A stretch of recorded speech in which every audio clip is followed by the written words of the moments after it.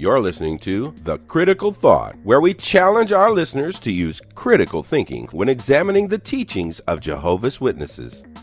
Hi, I'm Daniel. And I'm Lady Cee.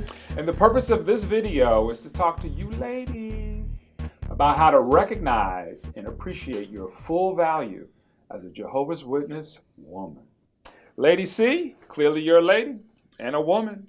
Tell us your story about the Jehovah's Witnesses and women realizing or undervaluing themselves. Well, I look at it like this. When you're in the organization as a woman, you're expected, especially if you're married like myself, you have to look to the brothers for every answer in your life. Okay. So even if it's something that's dealing with work, something dealing with work related, something that's dealing with the household, whatever, your husband is always the go-to person. He's always the person that's supposed to have the last word in a matter. And so women sometimes begin to stop thinking, to stop trying to find solutions, even though, there's some women in the congregation that when they're elders' wives, they're known as elderettes, and people like to dog them out because they say, oh, they're trying to be, going over their husband's headship and all that kind of stuff. And some of these women, that's what they do. But for a lot of people, they just don't realize that a lot of times that they are right. And so for these women that are waking up, you're looking at it from an angle of there may be a brother in your congregation. This is for the women that are not married. So there may be a brother in your congregation that you really look up to, and you think that he is the be-all and the end-all to every solution that you've ever needed. So you begin to look at this brother and say, look, this brother, he's still in the organization, so obviously something is right about it. And so you tend to stay in the organization and not do your own thinking because you believe this brother. Or for the people that are married, they're looking at their husband to provide them with all the solutions, because we're not supposed to be thinking on our own. We're not supposed to be smart enough to be able to make these decisions. Well, off camera, Lady Cee, you mentioned something that I mentioned in a previous video with your husband, JT. You talked about double-layered companion thinking. Yes. Can you talk to the ladies about companion thinking and the two layers of companion thinking? Yeah. Well, like the society is doing the thinking for your husband, and now the husband is doing the thinking for you. And so now, you got two layers of thinking there. And what's the risk associated with that? I mean, somebody might say, yeah, okay, Coach Kathy, you're right. But so what? You're saying that this double-layered companion thinking versus double-layered critical thinking, what is the vulnerability of the risk? What happens to the lady when this happens? They stop thinking. They're not doing independent thinking. They're not realizing that, hey, look, you are smarter than you think you are. Hey, look, there is something to the situation. You're not looking at it because you're just thinking, well, the society said and my husband said, end the story. So you're saying that this issue about the lack of critical thinking, I asked your husband on a scale of 1 to 10, where were most JWs? He said about a 3. So you seem to be saying it's a double hit for ladies. Absolutely. So the average Jehovah's Witness, it might be a 3. For ladies, women in it, it might be less than 3. Absolutely. For the reasons you've just said. So what are the recommendations? What are the solutions? If our viewers are looking in the mirror and saying, yeah, I can see my story through Lady Cee's story as a woman, what do you recommend that they do to get that self-esteem up, that self-appreciation up, and the value up, including independent thinking? Well, I think for ladies, we have lost our self-esteem. And so I think that we need to start looking to build that self-esteem. Okay. And you need to go out and you need to find different books that you can relate to that can help you pull that up. Okay. And if they want to find out more about specific books or resources, can they reach out to you? Yes, they can. Okay. What else do you think the ladies could do, should do to build that value, that self-esteem? Don't be afraid to use independent thinking. Now, what do you mean about get underneath that? Don't be afraid to do independent thinking. I guess we've talked about that, but anything else? What's underneath that? Well, you want to melt that iceberg. Fair enough. Fair enough. Absolutely. Well said. And the other thing is, whenever you're in a discussion with someone and then you're the lady there, and just because a man says it doesn't mean that what he says is true or that it's the right thing to do. Let me say this for the camera. I'm married. My wife is Tasia. At home, we say you've got to master the ability to have a hard conversation in a soft way.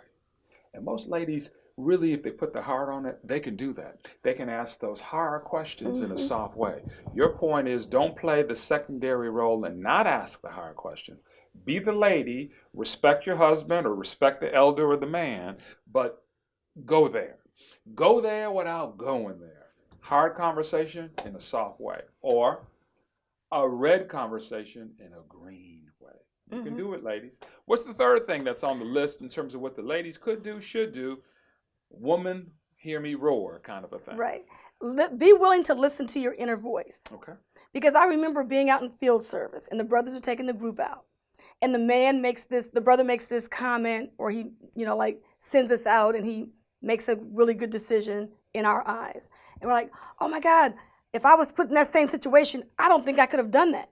But, Jehovah, see how Jehovah was working through this brother and all of this kind of stuff, And then there's women that are out all the time by themselves, and they make the same type of decisions, but just so happened that brother was out that day, and they're like, oh, I'm so glad that we have somebody taking the lead. Because women are always looking for that man to take the lead, because not only in the Watchtower Society, but also in society in general, women are expected to follow the lead of their husbands. So, ladies, for the purposes of summary, what I hear Lady C saying is that just like the guys, you can't subcontract your critical thinking out to the Watchtower, nor can you subcontract your critical thinking out to your husband, to your man, to the elder. Ladies, you've got to take control. My wife says, and we say at home, that she's certainly my equal. We're not the same, but equal. So as it relates to self-esteem, you talked about, you said don't be afraid to do independent thinking. And the third thing on our list is? Listen to your inner voice. Listen to the inner voice. And we all know that really almost all ladies have a superpower of that inner voice. So Lady C, any closing comments for our ladies? Yes. What I would like to say about this whole interview that we just did is the fact that Jehovah's Witnesses have created a culture. And so all the things that I'm mentioning here in the video is about the culture that has been created within the Jehovah's Witness religion, and women just know their place in that culture. Excellent. Ladies, purpose of this video is to invite you to realize your full value. Do independent thinking. Don't subcontract your thinking out to the society or to another male. I hear Lady C saying, hey, it's time for ladies to recognize their full value. You are equal to the male, and you should be taking actions equal to that of the male. That there's a culture within the organization that tends to quietly put the ladies in a different level and in a different box. Lady C, you're saying, hey, woman, hear me roar. Girls run the world. Come on, ladies. Let's make good things happen. This is Daniel signing off. And I'm Lady C. God bless you. It was a very interesting discussion that Lady C and Daniel had in regards to how this religion impacts women. And we just wanted to make some follow-up comments about, just basically some of our observations over the years, being that we basically grew up in this religion from a very, very young age. We saw it from many different angles, from preteens, teens, right into our adulthood in life. So we just wanted to share some thoughts with you. Lady C, you had mentioned to Daniel about this double layer thinking, or this double layer impact that women have in the organization. Can you think of any other examples that we were discussing? I think it would be good to share with the audience about just how in very subtle ways, it's not necessarily always impactful where you can see it, but sometimes it's very subtle, sometimes you can actually see it. Yes, I could actually sit here for hours talking about little things that happen in the organization with the sisters and stuff. Oh, yeah. But this one experience comes to mind, and it's about this sister that I was talking to, and I was sharing with her that this medication we were taking, they had a class action lawsuit on it. All right. And so I told her all about that, and she says, but wait a minute. She says, have you spoken to your husband about that, or talked to the brothers about whether we could be part of this class action lawsuit? And I'm like looking at her like, are you serious? I said, we don't have to go to court. We're not going to be in a trial. We're not going to be summoned or anything like that. Yeah. You just put your name down, and then whatever the settlement is, how many people, Oh, signed up for it, we have to share all this money in this pool. Oh, yeah. You could, But she refused to do it because she said that we're not supposed to be taking people to court. yeah. And so I was like, you got to be kidding, And then it was just like other things, like this one sister that she and I were good friends, and every time something came up on her job, they're going to take me to Secretary's Day. Yeah. Ask Brother JT, can I go? My company is having a luncheon. Oh, it's not Christmas or it's not any holiday, but can we go to this luncheon with my company? Or just crazy stuff like that. It was like never a time when the sisters could really, and I'm not saying all sisters, but I'm just talking about my personal experience dealing with sisters and how this is what I experienced, where people were always trying to find out from the brothers, could they do something? Yeah, it's almost like that Stepford-wise mindset. Right. Everything has to be approved. And it's kind of sad because basically what you end up with, and I remember myself, being an elder, you would always get phone calls from friends asking, especially some of the sisters, and especially if they weren't married, they literally just did not know what to do many times. Now, of course, you have some sisters who were independent, they could think for themselves, but generally speaking, as a culture, and the reason why is because, the organization is such a male-dominated culture. Right. There are so many other areas that you can look at, and you can see how basically it's almost like a second-class citizen thing. A woman's views are very rarely considered. I often think, for example, when we was coming along as kids, I remember when they would have the new Kingdom Hall would be built, and at that time in many congregations, especially in the areas where I was at, we were just surprised they let the sisters become involved in like the color schemes and so forth. And you could almost go into Kingdom Halls back in the day and tell which Kingdom Hall where the sisters hope out with the color scheme was the brothers like the pizza parlor color carpet and green chairs, and we found these, they were cheap and we just went ahead and bought them anyway.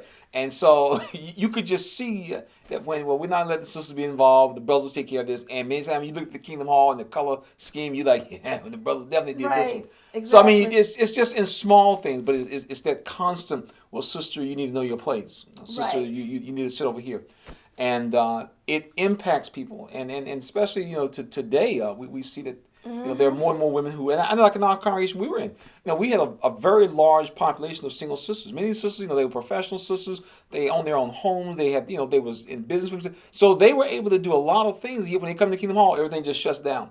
But not only that, but what I found was really interesting is when I was talking to a sister in our congregation. I was self-employed, she was self-employed. Oh yeah. But there was a brother in the congregation that she was really, like always looking up to get information from. And so it actually went beyond Kingdom Hall stuff. Oh yeah. To the point where he was doing her books for her business. Yeah. And so I'm comparing notes as to what you could write off in your business because you and I, JT and I, we had hired a professional accountant to handle our books. And so I was sharing with the sister what she could write off. And she was like, well, this brother was helping her out with her business. And she said she didn't even know she could take those write-offs for her business. Well, this brother was not an accountant. No, he wasn't. But it was like she was looking at him for everything. I was like, you got to be kidding. Yeah, and that's actually probably one of the biggest problems that the organization has, is that they have created this culture of such dependency on what do the brothers say, that it expands into every aspect of life. And as you all know, brothers have absolutely no idea in some situations what they're doing, but they're doing these things, and the impact on people's lives and finances and personal things, it can be terrible. I mean, it's really sad. Or like even in my family, I always think about like my aunts, my cousins, and stuff like that. And when you're just in a daily conversation with them about making decisions, they're like, well, what did the brothers say? Yeah. Well, did they approve this? Did they say that? It's like every single thing in life was always about what the brothers, had approved. I often think about how in the congregation you could have a brother 8, 9 years old, and if there were no quote unquote adult brothers, the sisters would have to let the little 8-year-old boy take over, and it once again just stresses that this is a male-dominated organization. And then when sisters did take over, many especially those of us who go back a few years, We remember how they used to put the little napkin on the top of the head and. Oh, that happened with us. Yeah. I remember my mom was conducting a Bible study, and my dad came home, and then she's like, "Oh, we gotta go get our napkins and stuff." And so we were putting napkins over our head, and my dad comes upstairs and he goes, "What's going on?" And of course, we're trying to explain to him about the headship, and even though he's not baptized, we gotta show respect for a man being home and all that kind of stuff, Of course, the joke was, of course, you could use toilet paper if you wanted to. And of course, because witnesses always want to know the question, there will be those who would write in and say, "Can you use 2-ply or 1-ply?" But anyway. But it's just crazy when you look back and you see how ridiculous it was many times. But like I was telling Daniel, I really feel like it's because you second guess yourself. Oh yeah, absolutely. Because I feel like like women who are watching this program now, just think about this. A lot of people in the congregation, they do what we're talking about here. It's across the board. It's not like one size fits all. It's not like the experiences that we're giving, other people haven't been through that, But one of the things I will say is this. If you've done anything different than what we're talking about here, your litmus test is if you would tell other people that I do my own thinking, that I don't listen to what my husband says, that, I can blah, blah, this, that, and the other, would you, as a sister, be invited to be on the assembly program, regional convention, or just giving a demonstration at the local Kingdom Hall? Would you be invited on those platforms to tell your experience about how you did not listen to the brothers? And I think, because we receive comments from so many people telling us, I didn't do that, I didn't follow that ordinance or whatever, but you got to keep this in context. It's what the culture is. It's not about what the individual person is doing. You know what, JT, tell that story about the circuit overseer's wife and how she was helping her husband out. Oh yeah. Yeah, I remember this one circuit overseer when they was doing the slideshows. Every time they go to the Kingdom Hall, they was doing the slideshows for the public talk. And so his wife, she basically found something to do. And that was her job, was to set up the slides and put the table out and get the screen and everything. And I remember how she would come in with her little cart and she rolled out the 25-foot electric cord across the floor and put a little tape on it and set the slides up, put the projector up there and test it a couple of times. I mean, this was like her job. This is what she liked doing.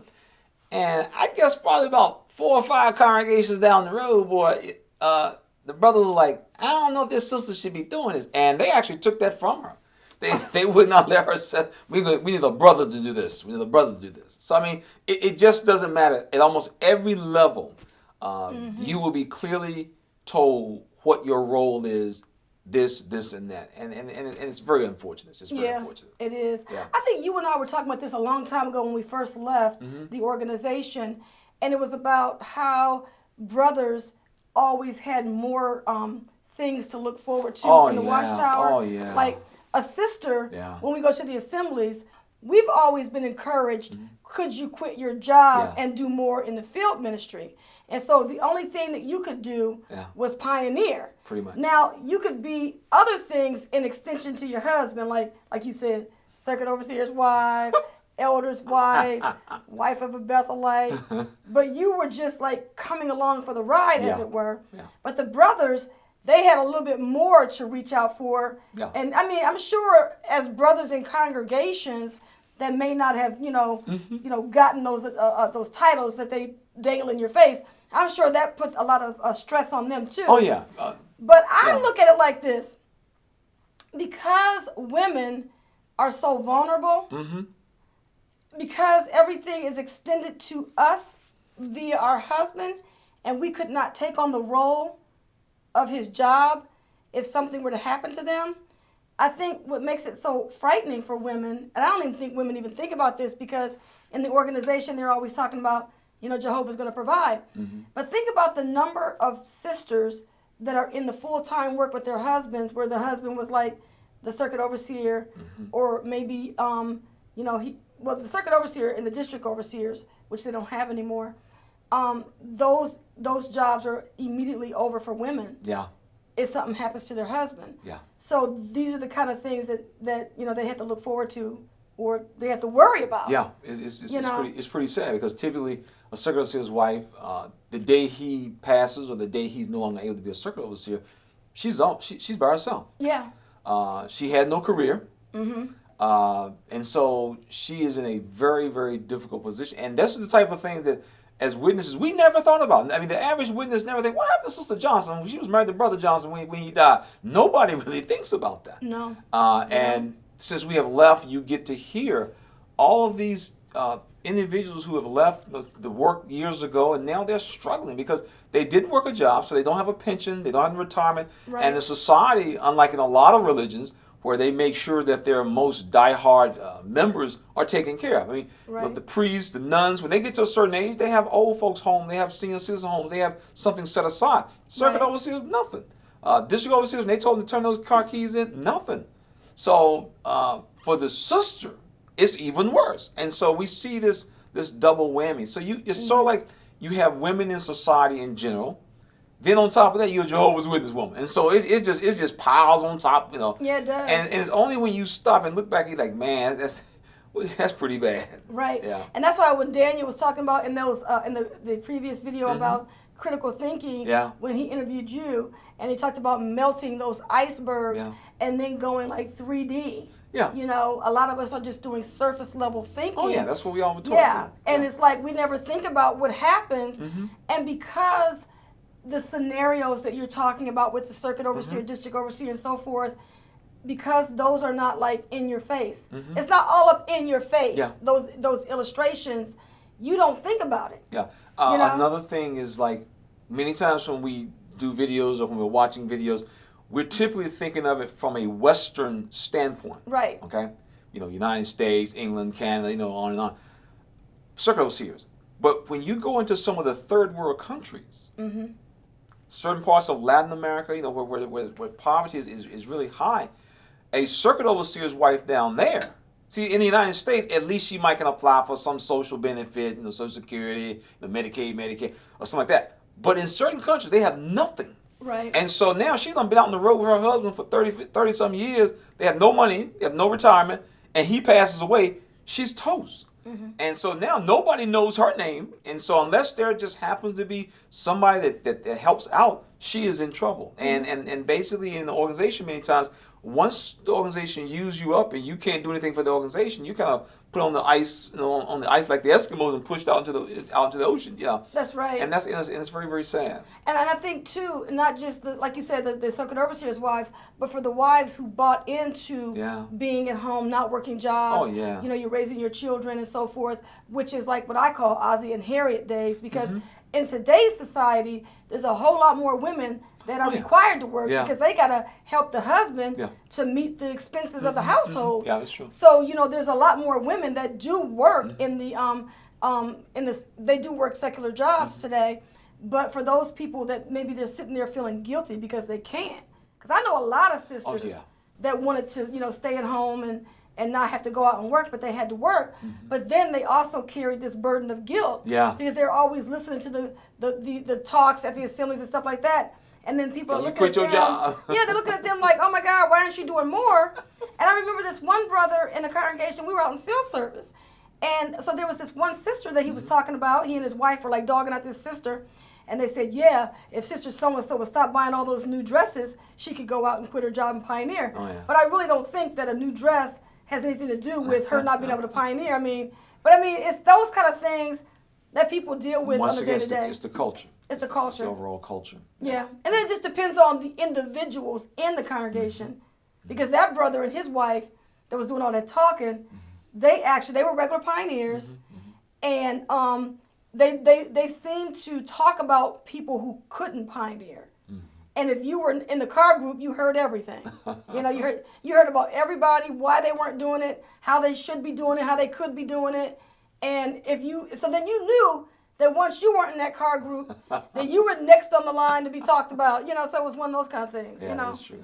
So at the end of the day, whether you're a man or woman, husband, wife, single, we all have to think for ourselves. Because each day we make decisions that will impact not only ourselves but others. And as husbands and wives, as single people, this is one of the things that the organization has always discouraged us from doing. Don't think for yourself. Let us do the thinking. And unfortunately, for our women, our females, they many times often get impacted even harder. I'm JT. And I'm Lady C. Take care. Hey ladies, got a struggle? Need to vent? It's time to join your voice and get down to business with some critical thought, where like-minded ladies share their personal experiences to empower each other using critical thinking to make wise decisions. And now, here's your host, Lady C. Hi, I'm Lady C. Thank you for tuning into my podcast series, The Struggles of Women. This series provides women with an outlet, a way for them to come together to share their experiences, to talk about their obstacles and how they overcame their obstacles, and to come together to empower each other to see that no, they are not alone in the struggle. This platform provides an outlet to network with like-minded ladies all over the world, ladies that come from different walks of life and different backgrounds, and where they share their experiences on how they've handled personal difficulties that come up in their lives. And yes, sometimes ladies are in the same situation, but they don't realize that there is another way to handle that situation. Well, this platform provides you with an opportunity to meet ladies that can help you do just that. The ladies that are coming together on the Struggle series are helping you in many ways, not only by helping you to identify resources that can help you to attain success, but also by allowing you to peer into their very lives and showing you how they were able to overcome and handle their challenging situations. Thank you so much, Lady C, for having me in your show. Lady C, thank you so much for having me on your show. Hi, Lady C. Thanks for having me. Thank you for letting me be on your show. I'm very appreciative that I'm able to tell a story that I have gone through. Thank you, Lady C, for having me on. It's such an honor and pleasure to be on your show. Thank you, Lady C. I'm glad to be here. Thank you, Lady C. Yeah, I'm very, very happy to be with you here today. Thank you, Lady C. I'm glad to be here. Hey, Lady C, thanks for inviting me on. I really appreciate it. I'm thrilled to have been here, and I totally enjoyed myself. Thank you so much for having me. I really appreciate all that you're doing, Lady C. I'm going to be speaking with Joy Grant. Hi, Lady C.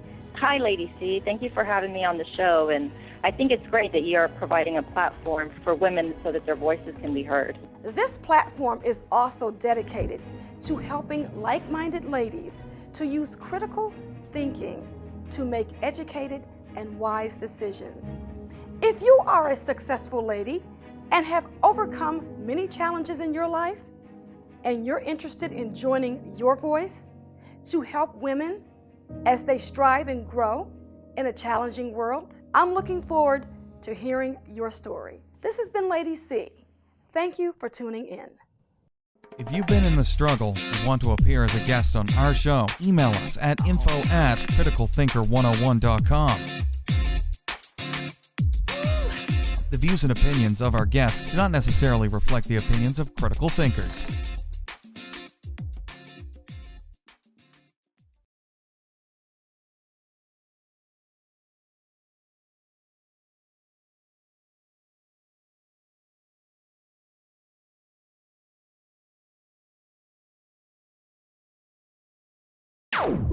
This program was sponsored by Critical Thinkers.